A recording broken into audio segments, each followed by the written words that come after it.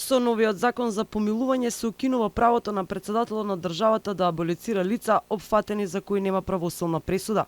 Алфа ексклузивно дојде до новиот предлог закон кој веќе е испратен до владата.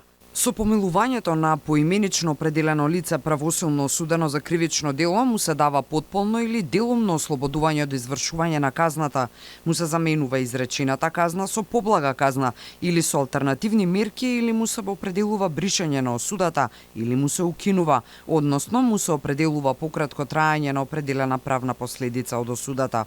На 6 месеци пред одржувањето на претседателските избори во Македонија, власта реши да му ги скрати ингеренциите на председателот на државата со измени во законот за помилување.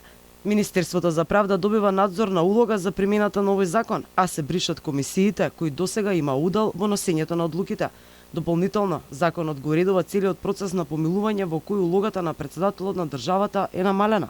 Затоа пак, затегнати се роковите на институциите, но и лицата кои што се задолжени за спроведување на помилувањето.